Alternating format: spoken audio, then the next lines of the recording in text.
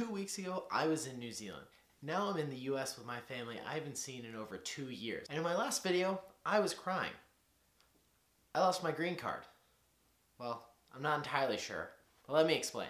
So I'm a Canadian who for almost 22 years had been living in the United States on a green card. Until just over 2 years ago when I left to go travel to New Zealand to study at Toi Whakaari in Wellington.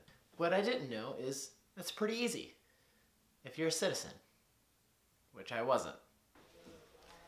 Hey, if you were here so long, why aren't you a citizen? Well, if you've been in the US so long, why haven't you gone to Canada? Seriously though, I never thought it was a big deal.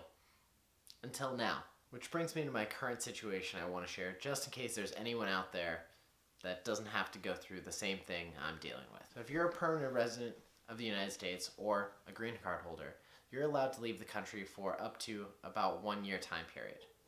And that makes sense.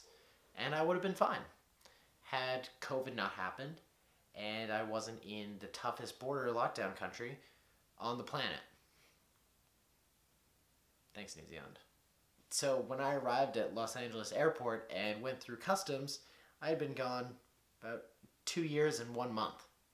And the customs agent said to me, "You've revoked your residency."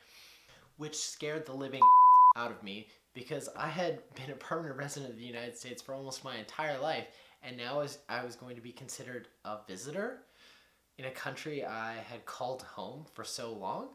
Then confusion happened right after that. He stamped my passport and let me go through keeping my green card. So, is it still valid? I don't know yet, but if you have a green card like I have, or had, here's some things that you can do to avoid possibly not having a green card in the future. If you haven't left the US yet, and you're not sure if you're going to be gone for more than a year, you should probably apply for an I-131 form. This form allows re-entry into the United States, keeping your residency up to 2 years after you left. The real problem lies if you've been gone for more than 2 years, or you didn't submit this form before you left and have been gone for more than 1 year. So if you've been gone for more than 2 years on an I-131 form, or you've been gone for more than 1 year without having submitted one, you need to submit for a returning residence visa before, big emphasis, before you travel to the United States. This needs to be done through a local US embassy or consulate if you want to keep your US residency / green card. Otherwise, you will be just considered a visitor, have been gone past the allotted time period to be considered keeping your US residency.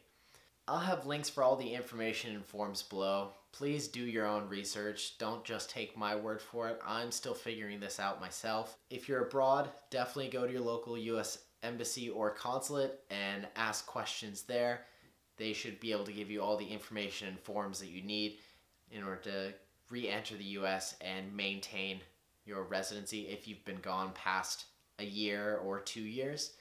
I kind of feel like a little bit of an idiot guinea pig because I had no idea about any of these forms when I planned on traveling abroad to study, and I re-entered the country not having done any of this. So I'm going to try to document my process and what happens with my residency and how that all turns out, just in case it can help someone out there now or in the future. Right now I'm waiting on a call from immigration to get an appointment to check if my residency is still valid or possibly reinstate it. I have no idea. Honestly, I just hope this was helpful to somebody. If you have any questions, definitely put them in the comments. Check out the links below, and I'll see you next time. Okay, bye.